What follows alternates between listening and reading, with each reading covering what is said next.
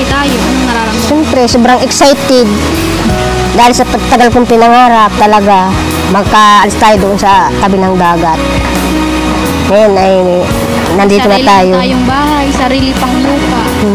Maraming salamat. Everyone, magandang araw po sa ating lahat mga kasukay, mga kalingap, isang pagpalang araw na muli.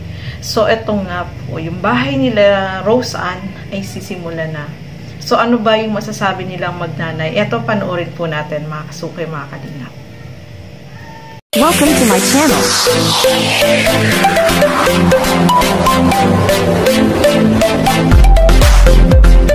Excited na maayos. Kasi Kalay na tayo sa ganito yung hinahangad kong sa dagat. bahay. Nung gusto ko lang na pangarap ngayon matutupad na.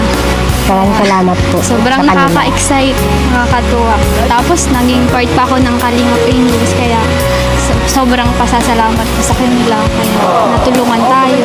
Kaya napakaswerte po namin. swerte natin sa kanila. Thank you very much po. Lalo na po kay God. Huwag ka magbabago ha. Kahit kailan, kahit mag-asinso ka, huwag ka magbabago kina Kuya Rab at kina Kuya Bal Matubang. Sana tuloy-tuloy lang ang bait mo sa kanila. Kahit ikaw ay nakatapos na, huwag ka magbabago sa kanila. Dahil kung hindi sa kanila, hindi tayo aasinso ng ganito, makakalupa at bahay. So, ayan, napanood po natin itong si Rose Ann at saka yung kanyang nanay, no. Sobrang nakakatas yung kanilang sinabi, no. Dahil, kung hindi dahil sa Kalingap, ay hindi po mababago yung kanilang kalagayan.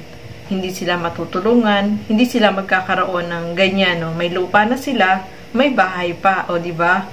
So, talagang yung lubos-lubos po yung pasasalamat nila sa Kalingap, no. Sa mga sponsors, kay Kuya Bal, kay Kalingap Rab, dahil kung hindi sila nakita ni Kalingap Edo, si Kalingap Edo po kasi yung naka-scout sa kanila, no? Ipinasa niya kay Kalingap Rab. Kung hindi sila nakita ni Kalingap Edo, hindi po magbabago yung kanilang kalagayan, no? Yun nga, sabi nga ni nanay, hindi niya lubos maisip kung paano niya naitaguyod yung kanyang anak na si Rose Ann. Yung kwento ng buhay po nila ay talagang sobrang deserving po nila na matulungan. So, ayan nga po, magsisimula na yung bahay, gagawin na. So, kaya sobra po yung pasasalamat nilang magnanay, sobra yung saya, siyempre yung excitement na magkakaroon na sila ng bahay, di ba? Kahit naman po sino, no?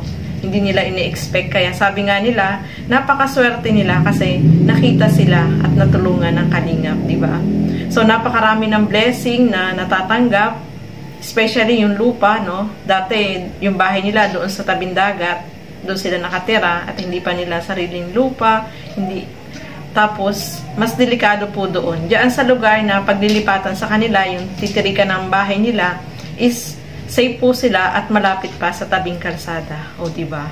So, kaya lubos-lubos yung pasasalamat nila dahil sa Kalingap is talagang magbabago po yung kanilang kalagayan. Tama yung sinabi ni nanay, no? Na kahit na umasenso ka na, huwag kang magbabago ng ugali. Kung ano ka noon, ganun ka pa rin dapat. Tama po yun, mga kasukay, mga Kalingap.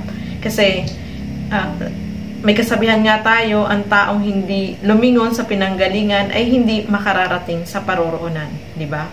So, yung paa mo lang is nasa lupa, hindi kayong magmamataas kapag umasenso ka na.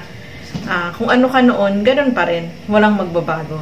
So, ayan, mga kasukay, mga Kalingap, nakakatuwa naman po at masisimulan na yung kanilang bahay at yun naman po yung aabangan natin, no? At si Rose Ann din po, mga kasukay, mga Kalingap, ay kasama din siya sa papunta ng Baguio. So, congrats kay Rose Ann, makakarating siya ng Baguio. Sana all. Sana all, no?